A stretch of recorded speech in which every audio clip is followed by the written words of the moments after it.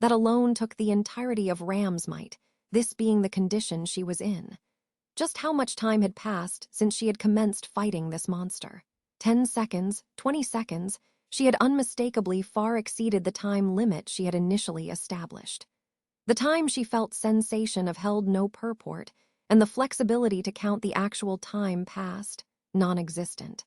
However, whether escape had been possible or not was what was utmost portentous. Carrying through as a substitute doll which sustained all attacks, she had supported Patrash and Rem's retreat. Perhaps that was what her objective had been, but due to pummeled in the head far too many times, even that she couldn't recall with precision. Her body was heavy, her breath was worn, her head aching, her throat parched, her limbs numb, the old wound on her forehead surging blood forth. From the colorless, white scar, blood rivulet down her face as if a longitudinal slash. Lay. Something so unclean, that shan't do. The face traced with blood was slammed yet again by the fist. Bathing in the single strike, her body slid, and at last her knees lost their capacity to bear her body weight. Within the interval as she proceeded to topple sideways, a faint voice saying "no" split through in between, and a kick was fired. Defenselessly receiving it by her chest, Ram crashed into the wall whilst her breastbone creaked. Before one could take notice, the Pleiades watchtower, supposed to be a firm existence, parted with its sturdiness and had altered into what had resilience befitting of mere raw material. In other words, basking in the outrage and assault against Ram alongside, the wall shattered at last. Ram rended through the stone wall and collapsed into the opposite side of the aisle. Thick plumes of dust shrouded her environs as she violently coughed up blood and something of flowery texture. That very instant, her broken bones and shattered flesh commenced a great orchestra of screeches, each striving to be the greatest. Turning her head, she attempted to confirm exactly what location had she been pummeled into. Ram. Ah! A muffled, husky breath escaped out of her. It may have been one mixed with despondency or deficit sentiment. In Ram's line of sight, ahead of the aisle she had collapsed into, were the figures of Patrash and Rem. At a distance of a few tens of meters, at best, the time Ram had bought had been markedly prolonged than the anguish Ram had tasted, being 10 seconds which merely felt overlong. Lay, Nisama, are you unhurt? Barefacedly inquiring about her safety, without treading across the shattered wall, Baiting Katos took a detour of the aisle and headed towards her. Ad interim, whilst hugging her arm, Ram somehow stood up at her place. Entrusting her body onto the wall, the decrepit Patrash and her mutually exchanged glances. Dada June, Ram. Yes, it is understood. Once everything is over, let us chastise Barusu together. The truth was, she was unaware of what Patrash had stated. However, the fact that the black ground dragon made no effort for revision was proof that Ram's response had been unmistaken. Ram's judgment, she was compelled to acquiesce it had backfired. The fact that she did not kill Baiting Katos at the foremost, that developed to be the trigger for everything. Attempting to rectify that she had waged combat aiming to instantaneously take his life this time. But Baiting Katos, having survived from the brink of death, ultimately resorted to what was the optimum solution for him. Consequently, with her asleep younger sister's living body laid hold of, Ram, as she plummeted into turmoil, faced onslaught. She had used up all of the cards she possessed in her hand, and the card she pulled turned traitor to her as well. Though Ram had awareness of being outstripping in multitudes of facets, she also possessed awareness of being helplessly dearth regarding one particular facet, the serendipity of time. Ever since the day she had her horn slashed off and had failed the way of the Oni clan, that remained unswerving. Above all, she did possess much attachment to its way. For Ram herself had been the one to find it utmost objectionable in the whole world. Yet, as fate would have it, she couldn't help but long for having her horn now. No, that would not be veracious. Speaking with precision, she did have the horn itself. The horn itself presently was with Ram, within her reach. The wand of her habitual use which she always carried with herself in that wand's foundation, Ram's broken horn was being utilized. The horn was a crucial organ that efficiently congregated mana required by the tenacious bodies of the Oni clan members.